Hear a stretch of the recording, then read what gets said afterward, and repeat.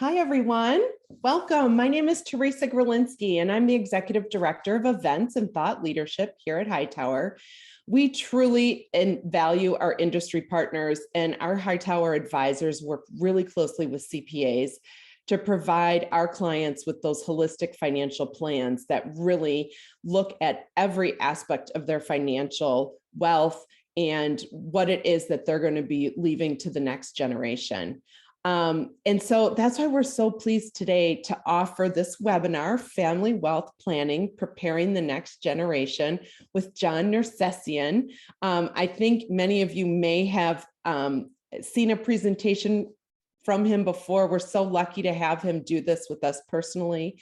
He is head of advisor education at PIMCO. And hi, John. Hi, Teresa. Thanks for having me. So happy to. So John's here today. He's going to help us do a couple of things. Number one, identify the current wealth landscape and challenges for wealthy families. And number two, learn about family wealth education and how to introduce that curriculum into your practice. John's a perfect person to do this. He has 36 years of investment and financial services expertise. He's worked prior to joining PIMCO. He's with Nuveen Investments. And before that, he was vice president with the Merrill Lynch Private Client Group. He's also a faculty member for the Investment and Wealth Institute's education programs, which are held at Yale University and the University of Chicago. So throughout the presentation, we will accept questions. We're happy to answer them. We've left plenty of time.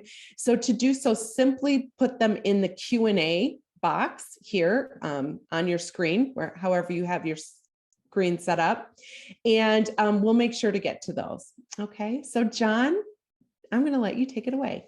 Oh, thanks so much, Teresa. I really appreciate the opportunity to work with my friends at Hightower. And I have a lot of friends at Hightower. I don't really consider it to be a business relationship. It's good people and folks I've known for so many years. My buddy Greg Sarian down in Philadelphia, and Todd Lyon out in California, and David Bonson, and right here in Naples, Florida, my friends Mark Masterson and David Emmett. There's some really, really talented folks that are part of that Hightower umbrella. And I do want to thank you for providing me the opportunity to speak with your clients and those that you partner with, including the very talented CPAs who are on the line with us today. Hey, listen, I get it. At the end of the day, as a financial advisor, the primary focus is delivering investment guidance to a client. Maybe as a tax accountant or CPA, we're very focused on the tactical issues that our clients need help with. How do I take advantage of the 199A deduction for pass-through entities to ensure that they retain the 20% deduction without exceeding the AGI limits? How do we help the corporate executive take advantage of those equity awards that they've received, their incentive stock options where they might utilize a qualifying disposition, or the restricted stock units where they might take advantage of the 83B election? I get it. That's a lot of what we do on a day-to-day basis. But as Teresa alluded to, at some point in the client relationship, some point in their experience, the focus will change. And it will no longer be about helping me allocate capital intelligently to achieve a certain rate of return. It will no longer be primarily focused on how do I save every available dollar from a tax perspective. At some point in our client's life, and I don't know if it occurs at a certain age, when the client reaches the age of 50 or 60 or 70, I don't know if it's a net worth level, when that client achieves a number of 10 or 25 or 100, at some point, their objective will change. And their primary concern will no longer be about increasing returns or minimizing taxes. It'll be about leaving a legacy behind. Hey, look, I'm a Hightower client, and I'm 63 years old. I know my son 10 makes me look younger. And I promise you, at this stage in my life, what keeps me awake at night, my primary concerns, I certainly want great investment returns, and I want to take advantage of every available tax planning or saving opportunity. But my primary concern, my primary objective at this stage in my life is making sure that I leave an appropriate legacy behind to support my wife, to support my lovely daughter, Margot, to support my son, Daniel. It's not about just transferring money. It's about transferring values. It's about transferring opportunities. It's about transferring stewardship. And I hope that each and every one of you, not instead of the great capabilities that you're bringing to bear currently, I hope maybe in addition to all those other great capabilities that you've begun to ask the right questions. You've begun to identify the pain points for many of our clients. I'll bet many of you have seen it. That really successful family, the entrepreneur who built this business from scratch and then wound up monetizing for a big number. I'll bet you've seen both examples. On the one hand, a successful family that took care of the capital and used it productively for their own needs and to support the causes of others. And then you've also seen the reverse. Other families that have enjoyed financial success, but where the money led to dissatisfaction, it led to disruption, it led to a lack of harmony. And so I'm going to introduce to you today, obviously we're not going to accomplish a ton, but I'm going to introduce to you today maybe the challenge that some of these wealthy families face and the opportunity before each and every one of you. Because whether you know it or not, you sit in a very privileged position. Your clients love you and your clients trust you. I mean, they really do. That relationship, I would imagine, extends well beyond just the tax planning that you might do for them or the financial planning that you might engage in. Your clients do have a lot of confidence in you, a lot of credibility, a lot of trust. And so you can play a really meaningful role in helping them facilitate progress in this particular area. So with that as background, let's kind of jump in. I love this Buffett quote. And I bet you get this question often. I know that I did when I was advising clients directly, and I still do today as an industry teacher or educator. What's the right number? I've been successful. I've accumulated some wealth. How much should I leave my kid? And I bet you get very divergent answers from the client. Some clients say, look, my goal is to leave my kids as much as I can. Right? I've worked really hard for it. The money's important. I'm proud of my success. I want to provide my children with the privilege of it. And other families respond very differently, saying, wait a minute. I made this money myself. The last thing I want to do is turn it over to my kids. In fact, I think I'd be depriving them with an opportunity to establish their own identity, to create wealth and success that they've earned on their own. And so this Buffett quote very much speaks to that issue. Here are the things we'll be talking about. We'll take a look at the challenge for wealthy families. We'll identify, if you will, some of the opportunities to introduce this, not for every client that you work with. If there are 100 families that you're serving, I can almost guarantee you that 90% of them won't be interested in or ready to embrace this subject. But for that 10 or 20% that are, they need your help. They don't know how to do this. They're concerned about the implications of significant wealth, and they would love to work with a partner like you who can provide some assistance in this journey because they haven't done it and they're concerned about making mistakes. We'll then identify some very appropriate best practices as to how some successful families have embraced the opportunity. Look, not every family does. I'll tell you a quick little personal story. My dad came over from Syria at the age of 18. He was born and raised in Aleppo, and he was the first of his family to leave and come to the US. And so I don't know if it was a function of the time. I don't know if it was a function of his personal or specific background. But growing up, we never talked about money. In fact, we were often told that it was inappropriate to talk about money. And while I certainly would never disagree with a family's personal perspective on it, I think there was a missed opportunity. Communication is so important. Communication and education about what money is about what it means in our lives, about our responsibilities to steward the capital that we've accumulated and to use it productively for our own needs and maybe for society at large. That communication issue is something that many parents and many families struggle with. We'll give you some best practices as to how to facilitate that. Let's take a look at maybe the greatest challenges. And I bet you've heard this expression before, shirt sleeves to shirt sleeves in 3 generations. It's maybe not so challenging to create wealth, but once you've created it, how do you maintain it? How do you avoid the natural destruction of wealth? Because there are so many outsized influences that have a destructive impact on family wealth. Only 70% of it makes it to G2. And then finally, G3, you're lucky if you get 10% of the capital there. I'll give you an illustration as to why that happened. But before I do, I'll tell you a quick story. I was embraced by a family. I do a lot of work with this particular advisor out in Arizona. Anybody been to Sedona, Arizona? Beautiful topography out there, right? Those striated mountain formations of multiple colors. And so this family, and if I told you the name, you'd recognize them. They are The family created their wealth in St. Louis. So you might offer a guess as to who this family was. So I got a call from the advisor serving the family saying, hey, John, this family's worth about 400 million and they could use your help. And I said, great. What is it you want my help with? Do you want me to help them write an investment policy statement? Do you want me to help them with some tax planning issues? Or, is it succession? What's the deal? And they said, none of the above. This family, this is G2. These are adult children, 70 years old. They've got children of their own who are in their 40s and 50s, who are about to receive inheritances of $400 million through trust vehicles.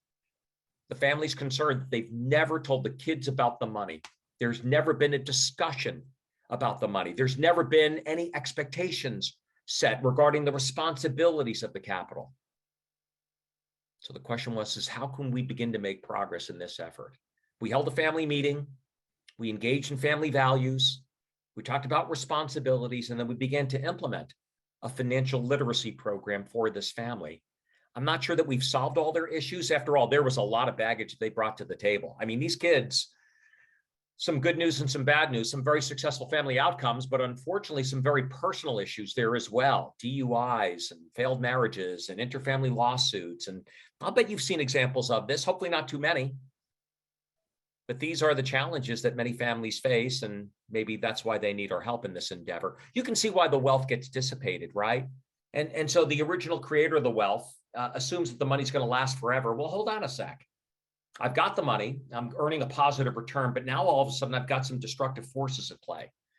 I've got inflation. I've got conspicuous consumption. As my lifestyle expenses continue to escalate, maybe at a rate faster than my investment return. I've got administrative fees.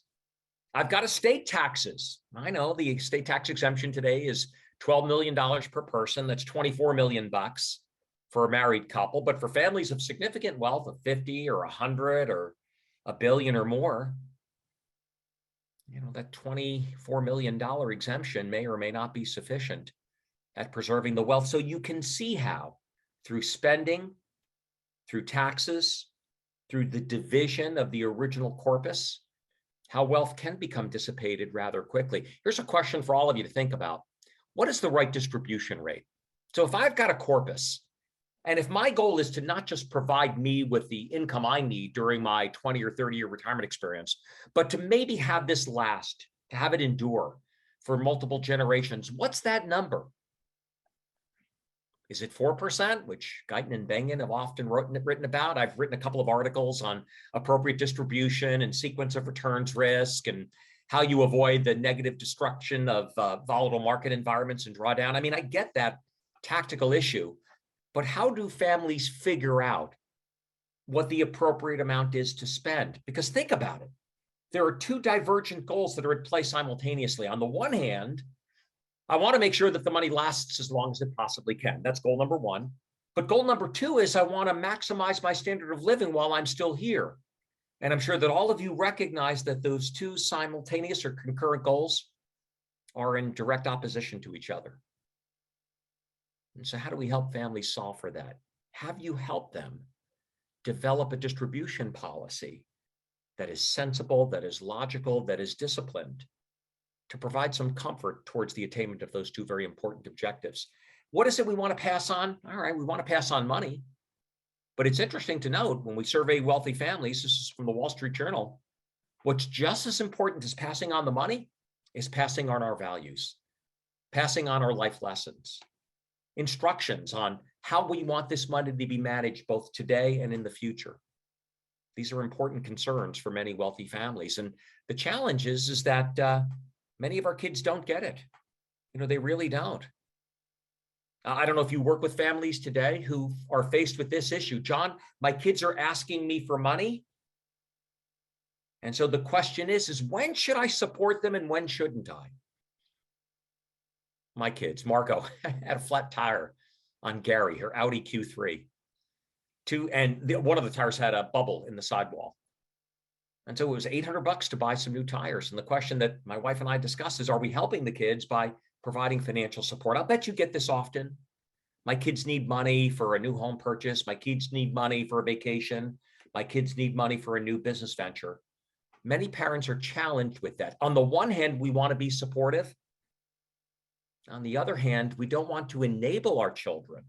We want to give them responsibility so they eventually develop a sense of independence themselves. We've got a policy in our family, and I know that many others have embraced or adopted it. You can pick the one that works for you. Set some boundaries as parents as to what kind of financial support you will provide your kids. I don't know if it's a dollar figure. I don't know if the support is available up to a certain age and then not after. Or maybe it's terms regarding financial support. One family that I work with very closely said, John, we will support our kids financially for one of three very important objectives. No questions asked. Number one, top of the list, education. We were so fortunate to have an educational opportunity. We want to make sure that we provide that for our children and for our grandchildren. No questions asked, educational opportunity. Number two, we will support our kids for anything regarding their health. If there's a medical issue that needs to be attended, even down to linking our kids' Uber accounts to our credit cards. We want to make sure that our children are always making safe decisions regarding their personal well-being. And then third is philanthropy. We want to teach our children that there's an important value that is close to us and that we hope they adopt as well, which is their goal in this world, their job is not just to take care of their own selfish needs. It's to make sure that they are part of a larger community, part of a global community, and the joy and the satisfaction that comes with sharing that wealth with others.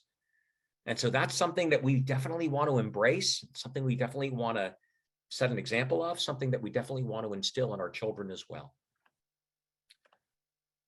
Take a look at some of the lessons that we need to teach our kids.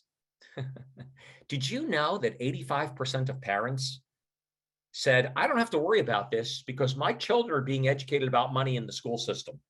I'm not sure that that's happening. Now, there's good news that there is progress being made on that front. And I know because I'm directly involved in some of the programs. I launched a wealth management program down at UT Austin and been involved in some of these educational curriculums. And so the good news is, as a society, instead of just studying history and mathematics and science, personal finance is making its way into both the elementary, high school, and college curriculums.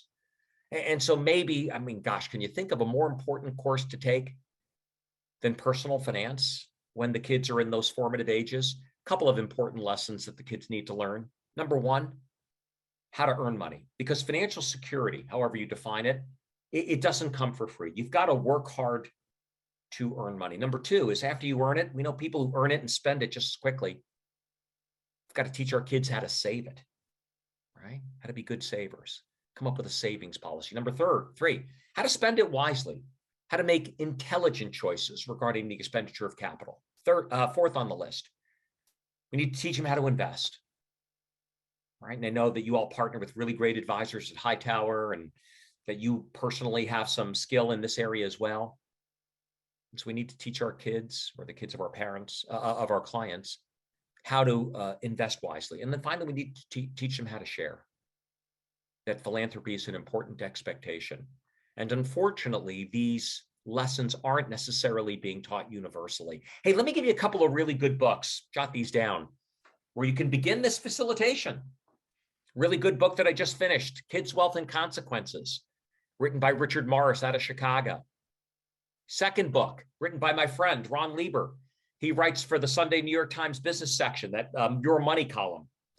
Ron wrote a really good book, very pedestrian, but very readable, called The Opposite of Spoiled. Not an interesting title. Third book, Wealth in Families, written by Charles Collier from Harvard University. These are three really good books. And you know what I would suggest to those of you who are interested in this subject? Maybe you buy the book and you read it. And then maybe after you've done so, maybe you send it to one of your clients. Hey, Jim, I just finished reading this great book. And I couldn't help but when reading chapter 3 about, I don't know, teenagers and allowances, I couldn't help but think about your relationship with your son, Timothy. I hope you find the read to be interesting. And I'd love to help you if this is an important subject that you'd like to make progress with. Your clients learn a couple of things. Number one, they learn that you're thinking about them and that you care about them. And boy, isn't that an important quality? And number two, Your clients begin to realize that this is something that is a critical objective of theirs and that you can provide assistance around this capacity. Take a look at some of the challenges. Look at the disconnect, if you will, this next generation that we often refer to. And I think this next generation is great. They're courageous. I mean, they really are. They take risks that I would have never thought about taking when I was younger. But their values are a little bit different than maybe the values of their parents. Take a look at the bottom of the chart. 67% of the children of our clients are interested in enjoying life to its fullest today. Only 37% of parents identified that as a critical objective. 58% said, wait a minute, I want to make the world a better place, however they define it, however they may contribute to that progress. Only 34% of parents said that that was an issue of theirs. 51% of these kids said, wait a minute, I want to support charity. It feels good. It feels right. Makes me feel valued, makes me feel like I'm making a significant contribution to others. And so you can see this disconnect, if you will, and that's okay. That's okay. We're all going to come to the table with different perspectives. But the objective is dialogue. The objective is progress. The objective is finding commonality, common ground, where we as a family unit can agree upon certain things that are priorities or important to us, and then work on them together. Surprise. 14% of people who inherit money said, I had no idea it was coming. Remember that family I told you about out in Sedona, Arizona? 90% of families say, we don't meet to discuss money. And so something that we've adopted in our family and something that I think works for many is to just set a regular schedule, just like you'd have board meetings every quarter, just like you have team meetings at your job once a week or once a month. I don't know, maybe it's every 6 months or once a year. You get the family together to talk about money, but more importantly, to talk about concerns, to talk about priorities, to talk about responsibilities and expectations. And so we've developed a curriculum on how to hold and orchestrate a family meeting. I've done many of them. We'd be glad to partner with you in that. We'll go over some keys to success, some best practices around that concept of family meetings. We'll go over that a little bit later in our chat today. Here are the challenges. This comes directly from the family. They're worried about their kids and the impact of money. They're worried that their kids are not prepared to inherit money. I know that many of you are directly involved in establishing trusts. We did it down here in Naples, Florida. We went ahead and created our SLATs last year when the estate tax number was up for debate. And one of the important decisions that we had to make was at what age or under what circumstances would the trust assets be distributed to the kids? All right, we don't want to handcuff them. We want to give them the opportunity to learn and to establish independence. But for every family, that decision's a little bit different. Sometimes it's a function of age. Sometimes it's determined by other characteristics. They're worried that their children are not prepared to handle the financial responsibility of managing money and the emotional consequences of it. They're worried that money received will have a negative impact on the kids. I'll bet you've seen it. If you live up in Winnetka, I bet you've seen it, your neighbors. Some of them are very grounded, but haven't we all seen, depending on what marketplace you live in, that money can have a negative consequence on those who have received wealth? Sometimes, unfortunately, it leads to a sense of entitlement, a lack of motivation, the perspective of materialism, arrogance. And that's certainly not what we want our money to accomplish in our family lives. They're worried that the kids are going to squander the wealth. They're worried about the conflicts that may occur within the family. I bet you've seen it. Families that had traditionally gotten along so well, all of a sudden there's a question, a decision to be made about maybe managing the parents' capital or about distributions from a death. And now all of a sudden relationships that were so harmonious all of a sudden become fractured. And so we want to make sure that we take whatever steps are required to prevent that from occurring. Here's the challenge for many wealthy families. Our kids have a number of choices that they need to make. Some choices are financial, right? How to invest money, how to spend money, who to give it to, etc. Some of them are intellectual. What role will money play in our lives? How do we identify goals in our life in terms of who we want to be and what we want to accomplish? both financially and in other aspects. And then finally, some choices are spiritual and emotional, where we would love to see our children make the right choices so they eventually acquire the qualities that we think are important or admirable: independence, gratitude, confidence. This family wealth curriculum can help us get there. And so here are the objectives that many families have. We want to teach our kids how to manage wealth. We want to encourage them to be entrepreneurs, to be able to invest in businesses, to be creative, to have the courage to take risks, sensible risks, with business plans, with thought, with hard work, to accomplish something meaningful in this world. We certainly want to help them become independent and to not necessarily be tethered to the parents for support throughout their lives. We want to teach them the importance of philanthropy and the idea that money is a social responsibility. We want to make sure that our children develop a sense of humility, regardless of the financial success that they may enjoy. And so here's a great way to start the conversation. I've got some resources that I'd be glad to send you. Here's some questions that maybe help you identify the families for which this conversation is relevant, and to begin to understand your clients beyond their marginal tax brackets and their net worth figures. How do you define success? How did you achieve it personally? Tell me about your expectations for your kids. What does money mean to you? How do your children view your success and the wealth that you've accumulated? Tell me about your kids and their skill set. Are they prepared financially to manage wealth intelligently? Are they prepared emotionally for that responsibility as well?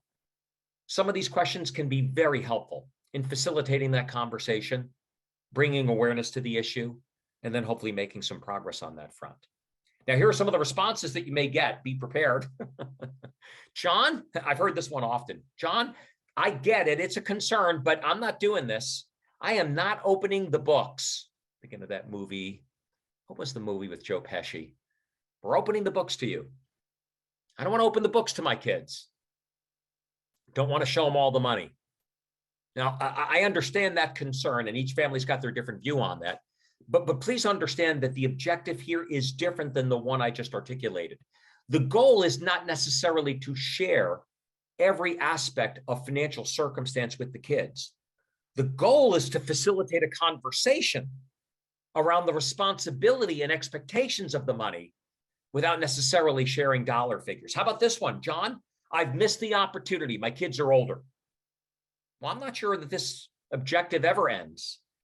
We certainly want to start when the children are younger, maybe help them develop some good money skills when they're of school age.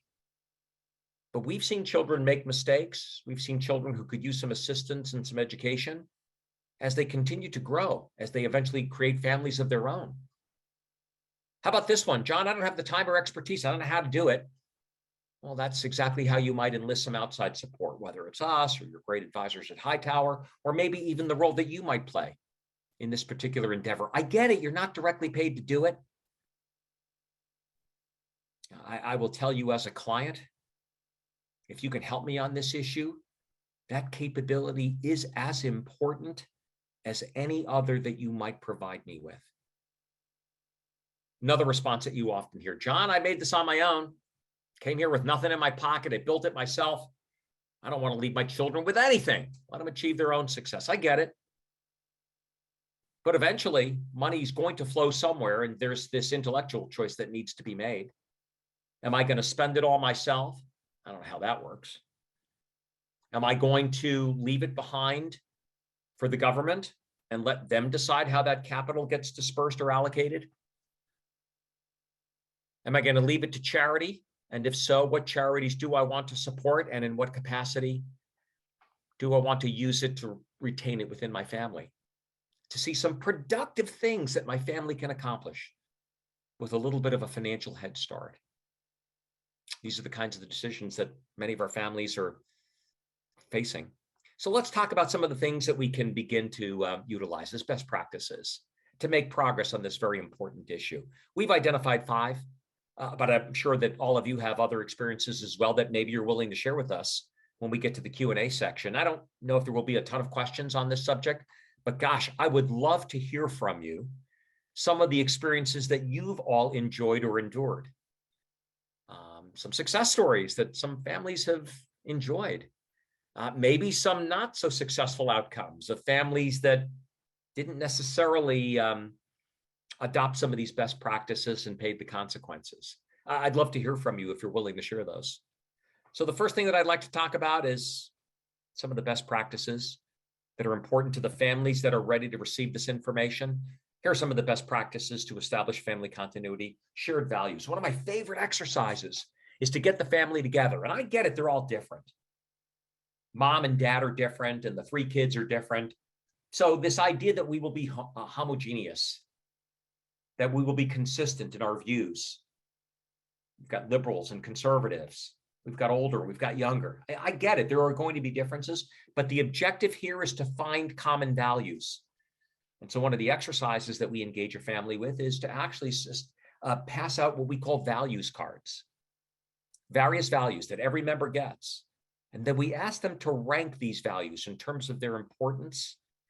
And our objective there is not to create conflict or disagreement, but to find commonality of things that are shared, values that are shared, objectives that are shared of the different family members, to talk about their relative importance, talk about why they are important, talk about a plan in terms of how they will be accomplished and to begin to implement. We want to establish boundaries regarding wealth and what the expectations are. We want to support family members. We want to prepare heirs to manage this wealth that will eventually come back to them. We want to promote stewardship and the idea that they should be thinking about giving back. All right, so here are some values. You pick the ones that you like. I've got some negative ones on the left and some positive ones on the right. You tell me which ones are important to you and which ones are not. We'd love to raise children that they're appreciative as opposed to those that feel entitled. We'd love to raise children who realize that their value in this world is not solely determined based on the job that they've achieved or the net worth that they've accumulated, that there's more to life than just maximum financial success. We'd love to all raise children that are independent, that are not continuously tethered to mom and dad, but develop the skills required to become independent, to become self-sufficient. We want children that are going to be productive. They're going to add value to society, to add value to their communities, to add value to the businesses that they're involved with, as opposed to those that might be unmotivated because they've inherited or received significant wealth. Take a look at this slide. I know what you're thinking. It shows you the strength of my PowerPoint skills. Take a look at the image on the left-hand side. Take a guess. What do you think that's an image of? The most common answer I get is, John, that's a computer monitor, isn't it? Well, that's not what I was intending to draw. That image on the left is an 85-inch Samsung 4K ultra high def TV. It's an OLED, by the way. And the reason that I drew this image or tried to project that image was because we have one. It's in our basement. And so I want to tell you a quick little story about how this particular item came to play an important role in sharing lessons and values with my son. And so my son was at University of Dayton undergraduate and then went to Northwestern for a graduate program. And when he was there, he called one day. He said, "Hey, Dad, we've made the decision to move out of our dorms. We're going to rent an apartment together, me and my six of my buddies." And he said, "Dad, I need that 85-inch Samsung ultra high def 4K OLED TV. We need that for our new apartment." Isn't that an interesting request? And so here are the lessons that I tried to impart upon my son based on this experience. Lesson number 1 is how to hear no. And that was, of course, my answer. Could I have given him the TV or bought him a TV of similar size? I could have. I'm not sure I would have been doing him any favors. So lesson number 1 is children need to learn how to hear no. So often parents, to stop the negotiating or discussion, they just give in and they provide their kids with anything asked. I'm not sure that we're doing them any favors. Lesson number 2 in this example, I used it as an opportunity to teach our son the difference between wants and needs. His original verbiage was what? "Dad, we need that TV." Me and my 6 dorm buddies, my response was, "No, you don't need the TV, you want it." And I think helping children understand the difference between wants and needs is an important lesson. Lesson number 3 is how to make trade-offs. we're not always going to get what we want. And sometimes we have to accept a lesser outcome. And so that's exactly what we imparted in this particular circumstance. We didn't give him the 85-inch TV. We had an extra smaller one in one of the guest bedrooms, and he borrowed that. He used it. That was, I think, more appropriate for him, given his stage in life. The next lesson is delayed gratification. And so the lesson was, look, we're not going to give you the larger TV that you're looking for. You're going to make do with the one that we're going to lend you now. But if you come home and work during the summer, Mom and I will match dollar for dollar every dollar that you're able to earn and save to help you get to this goal a little bit more quickly. But more importantly, what we were trying to do, trying to motivate them to pick a goal, to work hard for it, to save money for it, and to eventually buy it or acquire it on his own. And I'd like to think that that was a good lesson and that he'll be more appreciative of what he was able to accomplish on his own. And then finally, the fifth lesson, all of this, by the way, is tied up in that book, Kids, Wealth, and Consequences, is how to develop common sense, because our kids will all be solicited, right? That's the world we live in. They will be presented with business opportunities. And boy, it would be really great for us to be able to impart upon our children some common sense financially, so that they don't fall victim to offers that are not necessarily in their best interests. Let's talk about children and financial values and expectations. You've got to come up with your own policy. What is it that we're willing to support our children on? Well, these are some common responses. Education. Want to go to school? Mom and dad are here for you. Maybe it's 529 plans, right? Maybe you've utilized 529 plans because you realize 529s provide a unique opportunity. Annual gift exclusion for 2022, I believe, has been raised to $16,000. 529 plans allow us to front load 5 years worth of annual gifts. So that's 80,000 from mom and it's 80,000 from dad. And we all know that if we have a unique opportunity to save and invest money in an account structure that allows those earnings to grow and compound tax-free, that's a much better option than keeping the money in our own names and paying taxes along the way. And in fact, a lot of families have utilized 529 plans, not just for the traditional college expense. I get it. That's what they're often used for. How about this? For wealthier families, they're using 529 plans as a leveraged way to reduce estate tax values. Listen, I get it. The exemption amount today is $12 million. When I started in this industry in 1981, the number was, just shows you how old I am, 650,000. So that was 1.3 million per family. It's 12 million and change today. That's 24 million per family. And many of your clients are probably thinking, I'm okay. I don't need to meet with my financial advisors. I don't need to meet with my tax preparers or my estate planning attorneys. I don't need to do it because the government has bailed me out. TCJA took that number up to 12 million bucks. Well, not so fast. I've got 3 questions to ask the client who's been seduced into a false sense of security. Question number 1 is, when do you think you're going to die? Question number 2 is, how much do you think you'll have at the time of your demise? And then question number 3 is, the number's 12 million today. What do you think that number will be in the future? And of course, our clients can't answer accurately any one of those questions, which I think demonstrates the need to take advantage of the opportunity before them today. Holding a family meeting can be really helpful. And here are some keys to success. If you're going to help to facilitate it or encourage your clients to do it, once again, we've got a guidebook that we've authored that we'd be glad to share with you to help facilitate that family meeting, whether you choose to get involved directly or leave it up to the family to execute on their own. Some best practices for those who haven't necessarily engaged it before. Number 1 is to make sure that you create an agenda and that every family member has the opportunity to contribute to the agenda. We do not want dad, hypothetically, running the show. It's not his game. It's a family meeting, not dad's meeting to dictate to others exactly how these issues will be decided upon. So let's make sure that we give everybody the opportunity to contribute to the agenda and the issues that are important to them. Number 2 is, let's have somebody who facilitates the meeting. I use the term director. I think I like the term facilitator even better. And so maybe it's mom who runs it today, and maybe it's son number 1 who runs it tomorrow. We had one of the grandchildren run our family meeting down in Naples last year. And it was kind of a cool experience for her to have the opportunity to participate in running a meeting at a younger age. Third, establish some rules of engagement. as an example. Open discussion, active participation, mutual respect. Even though we may disagree on a subject, we will respect the fact that there are others who have a very valid point of view. And we can choose to disagree.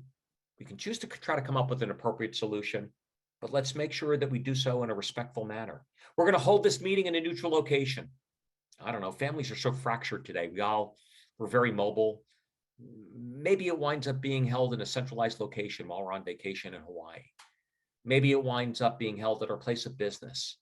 Maybe it winds up being held at our family compound or retreat where family members gather together.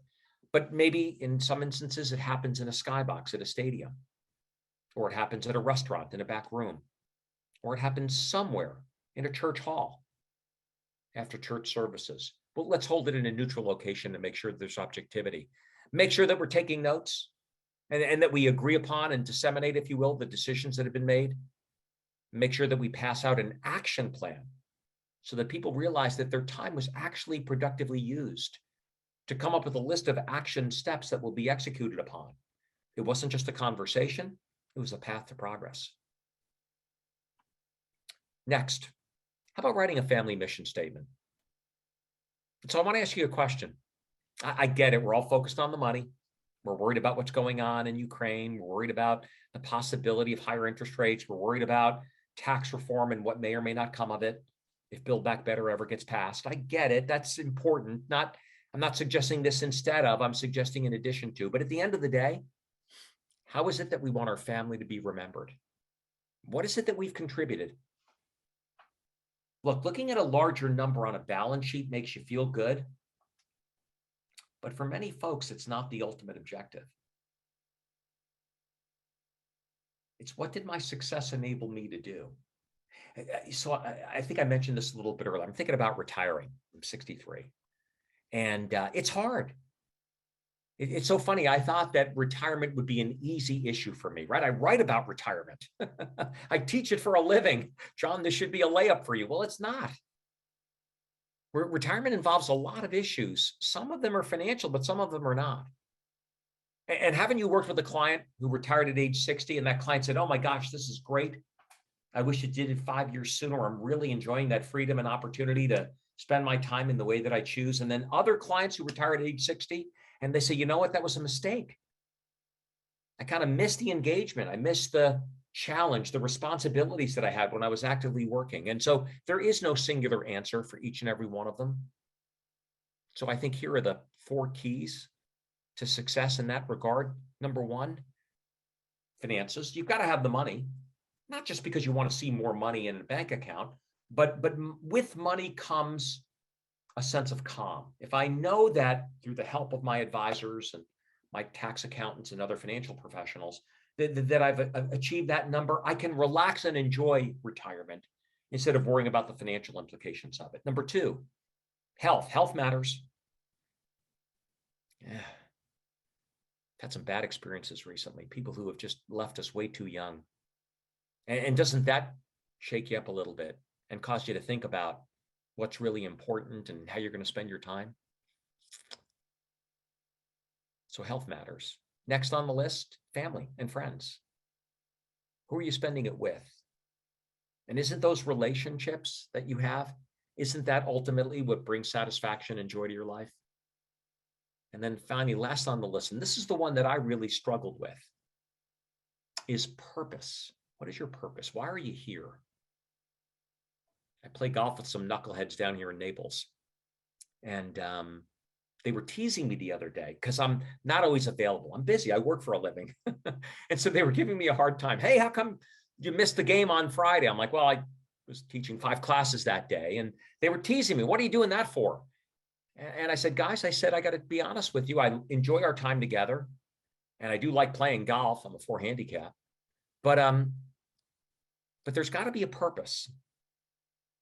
And that purpose isn't just spending my time playing golf or doing yoga or playing pickleball. There's got to be a purpose, something that I feel I'm accomplishing or contributing or offering to others.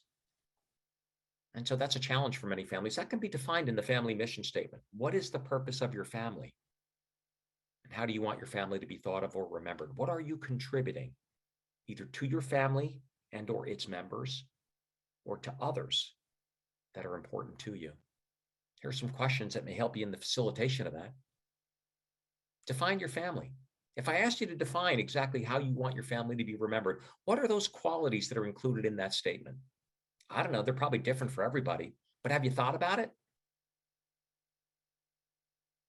I mean, the money comes and the money goes, but isn't there something else there that matters as much as the money does? A couple of examples of how that family mission statement can be crafted. Let's talk about philanthropy, because I think this is such an important issue when it comes to family wealth, not just, once again, accumulating more for us and not just teaching our children how to manage it, but this whole premise of philanthropy. How about constructive capitalism?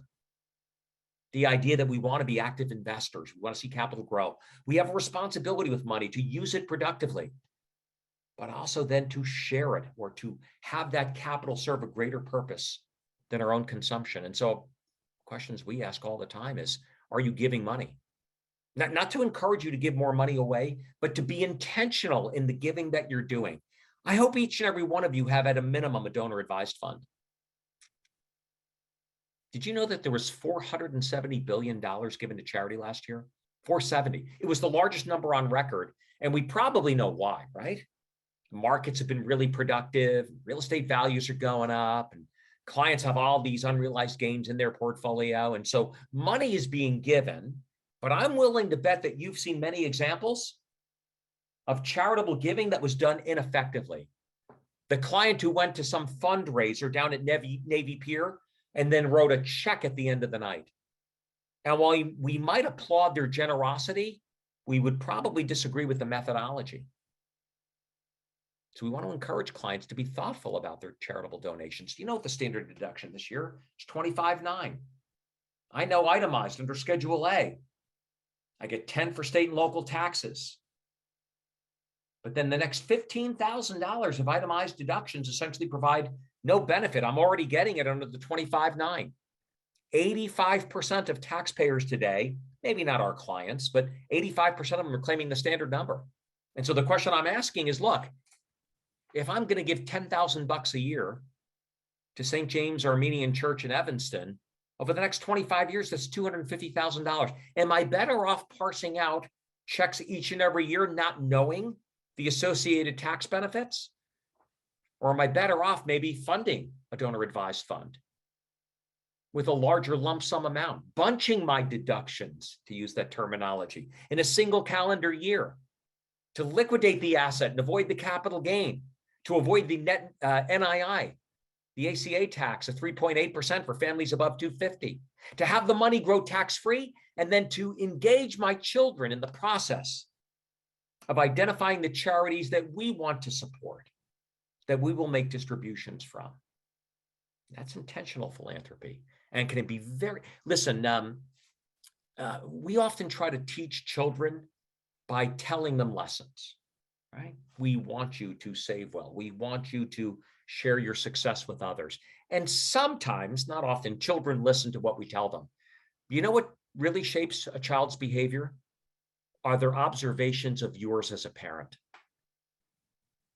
Children replicate what they see from us more than they embrace what we tell them. And so let's make sure that we provide positive examples for these kids by demonstrating the values that we think are important and the values that we want them to adopt as well. Let's talk about some things that you can do to begin to build financial literacy, particularly for younger kids. I've got a whole curriculum that we'd be glad to share with you. One of the first ones at an early age is allowances. How much do we give our kids for allowance? What are the expectations as to what you buy and what mom and dad will buy? Let's clarify that so that there's no ongoing disagreement. And then when it comes to the allowance, we want you to think about how you're allocating it. Here's the 3-jar example that you're probably familiar with. 1/3 of the money that I give you, it's your own spending. And I know as parents, we would love to tell our children how to spend their money to help them avoid what we think are mistakes. Don't do it. Let them make mistakes, because kids learn a heck of a lot more from the mistakes they make than they do from the lessons that we teach. Let them take responsibility for their own choices. Jar number 2 is savings. Now, to ask a younger child to put money into a black hole and to save it for some abstract goal, it may not be effective. So maybe sit down with the kids, the 5-year-old, the 15-year-old, the 25-year-old. What are you saving for? Is it a bicycle? Is it a new laptop? Is it a home? Is it a car? Identify what they're saving for. Show them how much needs to be saved at a certain rate of return. Because if you clarify that path and help me see the end game that I'm saving toward, I'm much more likely to stay the course. And then third, it's the donation jar, to make sure that kids understand their responsibility, that some of this has to go to support the needs of others. Here's another great example. I know all of you take family vacations, and I'm willing to bet that in many families, that responsibility of planning the family vacation falls on either mom or dad, right? And so here's an idea. Maybe when the children are of an appropriate age, I don't know, maybe they're 17 years old or 15 years old, we change the dynamic. We say, kids, mom and dad are not planning the vacation this year. This year, the vacation is on you. And you're going to do the research, and you're going to figure out where we're going to give you a set dollar number. You're going to decide where we're going to go. Are we going to go to Bermuda? Are we going to go to Hawaii? We're going to go to, to Europe. You're going to figure out, are we flying first class? Are we flying coach? You're going to budget. Are we eating at a fancy restaurant, or are we eating at McDonald's? You're going to decide. Are we staying at a Four Seasons, or are we staying at a Holiday Inn Express? A couple of really important lessons that children learn from this experience. The first lesson they learn is, number one, is vacations take a lot of work. I'll bet you that so many kids go on vacation not realizing how much effort goes into planning one. They just come along with their suitcase or their backpack and they just have fun. Let's make sure that children are appreciative of the effort required. Number two, a lot of children have no idea how expensive a vacation is. It's not to make them feel guilty, but to help them understand that these privileges come at a cost. Third, they learn how to budget. They learn how to make decisions and choices as to how to apportion that fixed budget that you provided them with. We've provided you with a couple of other examples of some family activities as well. Some activities that, if you will, establish family relationships, that establish family activities or remembrances. Maybe it's a trip that you take together. Maybe it's an activity that you engage in together. In our family, we went ahead and took an art class together down in Naples. None of us are artists, by the way, especially me. I'm terrible. I'm somewhat colorblind. I don't know the difference between green and blue. And so we did this together as a family, and 16 of us, mom and dad and the kids and the spouses and the grandkids. And we used it as an opportunity after the family meeting to embrace in an activity together, to kind of learn, but more importantly, to have fun and some bonding experience. And I will tell you that we probably got more paint on each other than we did on the actual canvas. But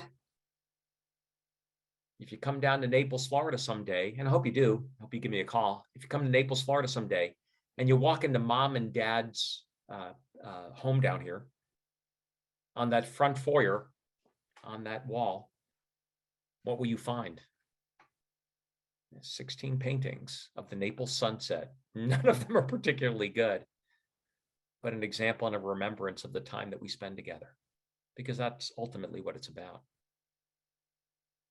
Hey, Teresa, Natalie, I want to thank you guys for the opportunity to be with you. I hope the conversation was instructive and thought-provoking, and just want to thank you for the opportunity to be with you today. It was wonderful. And the whole TV analogy, we've got that going on here. So I totally understand it. Did it look like a computer monitor to you? I think that's what it was, a computer It totally monitor. did, but you start to feel like, but you are watching ATV right now and it seems to work. Hey, we have a question that came in. Do you mind? It was a compliment. Excellent presentation. Thank you so much. So this was really great. And I love the practical tips along with the emotional stuff that we all need to think about. So tomorrow, everyone, so thank you, John. Thank you, PIMCO, for providing this. Tomorrow, you're gonna, or maybe this afternoon or tomorrow, you will receive an email. And on there, it's going to have a link. So if you are watching this to get CPA CE credit, we'll be able to provide that to you utilizing that link. And if you have any other questions or anything else that you would like from us, just feel free to reach out to me or to Natalie Wheeler, and we're happy to get that for you. So thanks, John. Appreciate you. Thanks so much. Happy to Thanks help. all of you for attending. Bye-bye.